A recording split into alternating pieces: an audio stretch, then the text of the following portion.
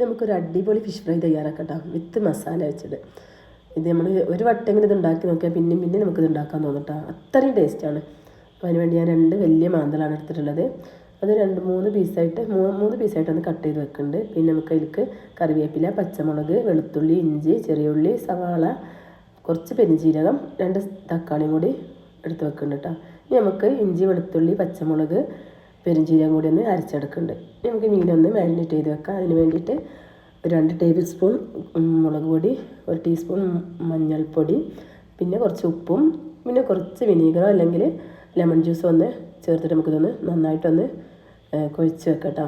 മീനിൻ്റെ എല്ലാ ഭാഗത്തൊന്ന് പിടിക്കണ വിധത്തിൽ കറിവേപ്പിലയും കൂടെ ഇട്ട് കൊടുക്കണം കേട്ടോ.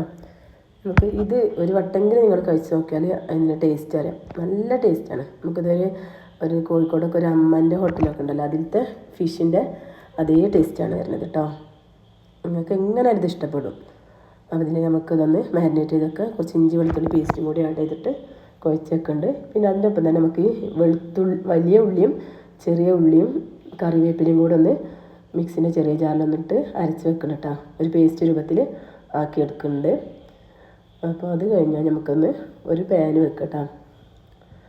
ഇത് നല്ല രൂപത്തിൽ പേസ്റ്റായിട്ട് നന്നായിട്ട് അതൊന്ന് അരച്ചെടുത്തിട്ടുണ്ട്. പിന്നെ 2 തക്കാളി നമുക്കൊന്ന് പേസ്റ്റാക്കി എടുക്കണം കേട്ടോ. ഇനി നമുക്കൊരു ഫ്രൈ പാൻ അടുപ്പത്ത് വെച്ചിട്ട് കുറച്ച് വെളിച്ചെണ്ണ ഒഴിച്ച് കൊടുക്കുക. 2 ടേബിൾ സ്പൂൺ വെളിച്ചെണ്ണ ഒഴിച്ച് കൊടുക്കുക. പിന്നെ നമുക്ക് ഈ മീനിൻ്റെ പീസുകൾ കുറച്ചൊന്ന് ഫ്രൈ ചെയ്തെടുക്കാം കേട്ടോ. നല്ലോണം ഫ്രൈ ചെയ്യേണ്ട, ഒരു ഷാലോ ഫ്രൈ മതി. അങ്ങനെ മുക്കി പൊരിക്കേണ്ട ആവശ്യമില്ല. അപ്പോൾ ഇതൊന്ന് നമുക്ക് 2 സൈഡും ഒന്ന് മറിച്ചിട്ടിട്ടൊന്ന് ഫ്രൈ ചെയ്തെടുക്കാം കേട്ടോ. അധികം ഒന്നും വേവേണ്ട ആവശ്യമില്ല. നമുക്ക് കറിവേപ്പിലയും കൂടിയൊക്കെ ഇട്ടിട്ട് ഒന്ന് ഫ്രൈ ചെയ്തെടുക്കുന്നുണ്ട്.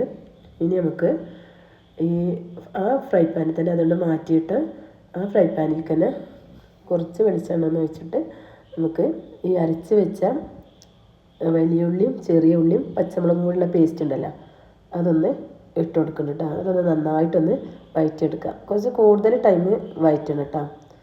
നമുക്ക് കറിവേപ്പില ഇട്ട് കൊടുക്കുക അതിലേക്ക്. പിന്നെ നമുക്ക് ഇഞ്ചി വെളുത്തുള്ളി പേസ്റ്റും കൂടി ഇട്ട് കൊടുക്കാം കേട്ടോ. ഇതൊന്ന് നല്ലോണം ഒന്ന് വഴറ്റി കൊടുക്കുക. അതിൻ്റെ പച്ചമുളകൊക്കെ ഒന്ന് മാറി വരും. നല്ല ടേസ്റ്റാണിത്. ഇങ്ങനെ വഴറ്റുമ്പോൾ തന്നെ അതിനൊരു പ്രത്യേക സ്മെല്ല് വരും കേട്ടോ. അപ്പോൾ അത് നല്ലോണം വഴറ്റിയിട്ട് നമുക്ക് അതിലേക്ക് 2 ടേബിൾ സ്പൂണ് മുളക് പൊടിയും കൂടി ആഡ് ചെയ്ത് കൊടുക്കണം കേട്ടോ. ഇനി നമുക്ക് ഈ തക്കാളിൻ്റെ പേസ്റ്റും കൂടി ഇതിലേക്ക് ഒഴിച്ച് കൊടുക്കണം കേട്ടോ. എന്നിട്ട് നമുക്ക് ഒന്നും കൂടി നല്ലോണം ഒരു 5 മിനിറ്റോ 10 മിനിറ്റോ നന്നായിട്ടൊന്ന് വഴറ്റി കൊടുക്കണം കേട്ടോ. ഈ പേസ്റ്റ് തക്കാളിൻ്റെ പച്ചമണം കൂടി ഒന്ന് മാറി കിട്ടണം. അപ്പോൾ നമ്മൾ വഴറ്റുമ്പോൾ തന്നെ നല്ലൊരു കളറായിട്ട് കിട്ടും.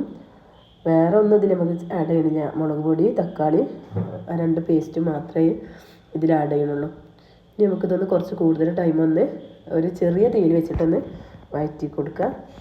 ഒരുവിധം ആയാലും നമുക്ക് അതിൻ്റെ മേലേക്ക് ഈ ഫിഷ് ഫ്രൈ ചെയ്തത് ഓരോന്നോരോന്നായിട്ട് വെച്ച് കൊടുക്കാം കേട്ടോ. നമുക്ക് വേണമെങ്കിൽ ആ മസാല ഈ ഫിഷിൻ്റെ മേലേക്ക് നമുക്ക് ഒരു സ്പൂൺ വെച്ചിട്ടൊന്ന് കോരിയിട്ട് കൊടുക്കാം കേട്ടോ. ഇനി നമുക്കിതൊന്ന് മൂടി വെക്കാം.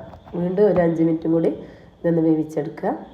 നമ്മുടെ അടിപൊളി ഫിഷ് ഫ്രൈ വിത്ത് മസാല റെഡി ആയിട്ടുണ്ട് കേട്ടോ. നല്ല സൂപ്പർ ടേസ്റ്റാണ്. ഒരു വട്ടെങ്കിലും ഒന്ന് ഉണ്ടാക്കി നോക്കാം കേട്ടോ. അപ്പോൾ എൻ്റെ ചാനൽ എല്ലാവരും ഒന്ന് സബ്സ്ക്രൈബ് ചെയ്യണം, വാച്ച് ചെയ്യുക, കമൻറ്റ് ചെയ്യുക, ഷെയർ ചെയ്യുക, ബെല്ലൈക്കണും കൂടി അടിക്കണം കേട്ടോ. ഓക്കെ, അസ്സലാമു അലൈക്കും.